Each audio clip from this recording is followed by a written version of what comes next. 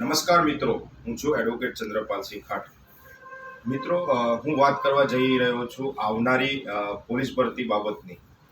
મિત્રો, આવનારી જે પોલીસ ભરતી જે સરકારની જાહેરાતોમાં તેમજ જે ક્લાસીસ ચલાવે છે એમની જાહેરાતોમાં જોવા મળ્યું છે કે સરકાર પોલીસ કોન્સ્ટેબલ તેમજ પીએસઆઈની ભરતી કરવા જઈ રહી છે 2026ની અંદર.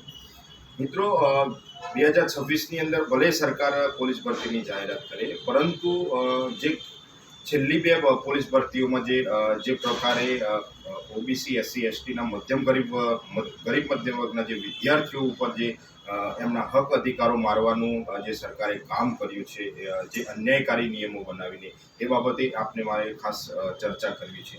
મિત્રો, ગત વર્ષ 2022માં જે 9,810ની પોલીસ ભરતી થઈ હતી, એમાં ઓબીસીના 27% મુજબની જે સીટો હતી એ 2,648 હતી.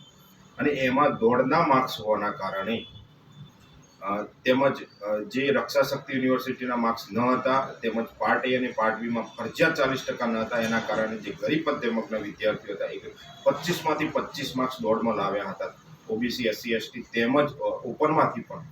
તો તેમાં ઓબીસીના જે વિદ્યાર્થીઓ હતા, જે 27% લેખે 2648 સીટો થતી હતી, પરંતુ દોડના એ જબરજસ્ત સારા એવા માર્ક્સ લાવ્યા હતા અને પેપરોની પણ જોરદાર તૈયારી કરી. એના કારણે એ લોકો 5,999 વિદ્યાર્થીઓ ઓબીસીમાં પાસ થયા હતા, ઓપન પ્લસ ઓબીસી. કારણ કે ઓબીસીમાં એમનું દોડમાં 25% માર્ક્સના કારણે એ લોકો ઓપનમાં સેટ થઈ ગયા. તો ઓબીસીના વિદ્યાર્થીઓ 5,999 જેટલા વિદ્યાર્થીઓ મિત્રો પાસ થયા હતા. અને આજે 2022માં આટલા બધા વિદ્યાર્થીઓ પાસ થયાના કારણે જે હસમુખભાઈ પટેલ છે એના પેટમાં તેલ રેડાયું મિત્રો. અને એની જે માનસિકતા હતી, એનું જે મગજનો બાટલો ફાટી ગયો અને એને એમ થયું કે સારું, ઓબીસીના ગરીબ મધ્યમ વર્ગના વિદ્યાર્થીઓ એમની જે 27% મુજબની અનામત છે, તેમ 27%ની અનામત જે મુજબની સીટો જે 2648 હતી, પરંતુ આ તો 25% જે દોડના માર્ક્સ હતા એમાં અવ્વલ નંબર લાવીને છોકરાઓ 5,999 બધા વિદ્યાર્થીઓ પાસ થઈ ગયા. તો એને એટલી બધી તકલીફ થઈ કે જે 2024ની ભરતી હતી એમાં એણે દોડના માર્ક્સ કાઢી નાખે. મિત્રો, આપ જુઓ, દોડના માર્ક્સ કાઢી નાખે અને વાહિયાત પ્રકારના જે નિયમો લાવ્યો. એમાં જે પેપર હતું એ પાર્ટ એ અને પાર્ટ બીમાં એણે પેપરો સેટ કરી દીધા. અને પાર્ટ એમાં એને ફરજિયાત ગણિત અને રિઝનિંગ પર સૌથી વધારે ભાર મૂક્યો. અને આપણા વિદ્યાર્થીનીઓ, આપણા ઉમેદવારો જે હતા, એમાં ખાસ કરીને એમને ગણિતમાં અને રિઝનિંગમાં જ સૌથી વધારે ફટકો પડતો હોય છે. એ વિદ્યાર્થીઓ અહીંયા કપાઈ ગયા.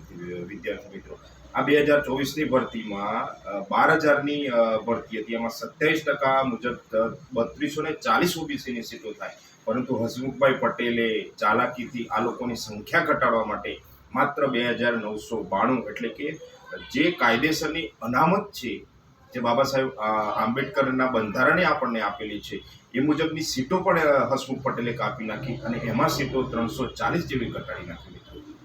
અને અન્યાયકારી નિયમો બીજા એ લાવે. રક્ષા શક્તિ યુનિવર્સિટી, જે ફોરેન્સિક યુનિવર્સિટીમાં વિદ્યાર્થીઓ માત્ર એડમિશન લે, કોઈ પણ પ્રકારનું માર્ક્સ એની એટેન્ડન્સ હોય કે ના હોય, એનું કેટલા મેરિટ્સમાં માર્ક આવે એની કોઈ ગણતરી નહીં, અને માત્ર એડમિશન લો એટલે તમને માર્ક્સ મળી જાય, 10 કે 15 માર્ક્સ. એ પ્રકારની એણે ગોઠવણ કરી મિત્રો.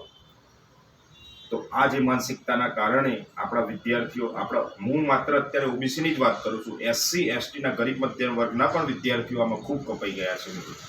તેમની પણ વાત આવનારા સમયમાં કરવાના છીએ. અને હવે જે નવી જે ભરતી બહાર પાડવાની છે એમાં પણ આ જ નિયમો એમણે ચાલુ રાખ્યા છે અને આ જ અન્યાય ચાલુ કરવાના છે.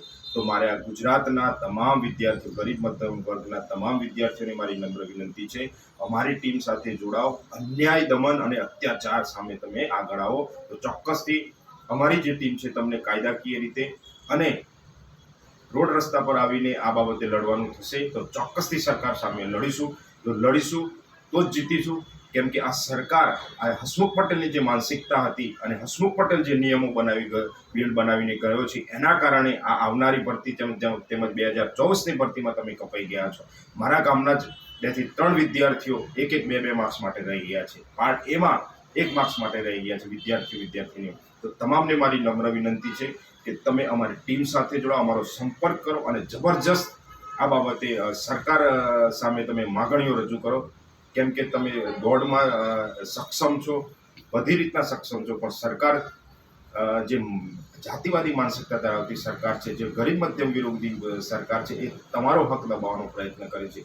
અમારી ટીમ સાથે જોડાઓ, ચોક્કસથી અમે તમને સપોર્ટ કરીશું. અમારા ટીમના આગેવાનો પ્રોફેસર BC રાઠોડ સાહેબ છે, બીજા ઘણા બધા એવા વ્યક્તિઓ છે, આગેવાનો છે, જેમને સપોર્ટ કરી રહ્યા છે. તો ચોક્કસથી તમે તમારી મુહિમ સાથે, જો આ ભરતી ડિક્લેર થઈ જશે, ડિક્લેર કરવાની તો જાહેરાત થઈ ગઈ છે, પરંતુ જો ડિક્લેર થઈ જાય, પાછા તમે રહી જશો દોડમાં, તો ચોક્કસથી અમારી ટીમ સાથે જોડાઓ. કાયદાકીય લડત તેમજ રસ્તા પરની લડત પણ ચોક્કસથી લડીશું અને તમને ન્યાય અપાવીશું.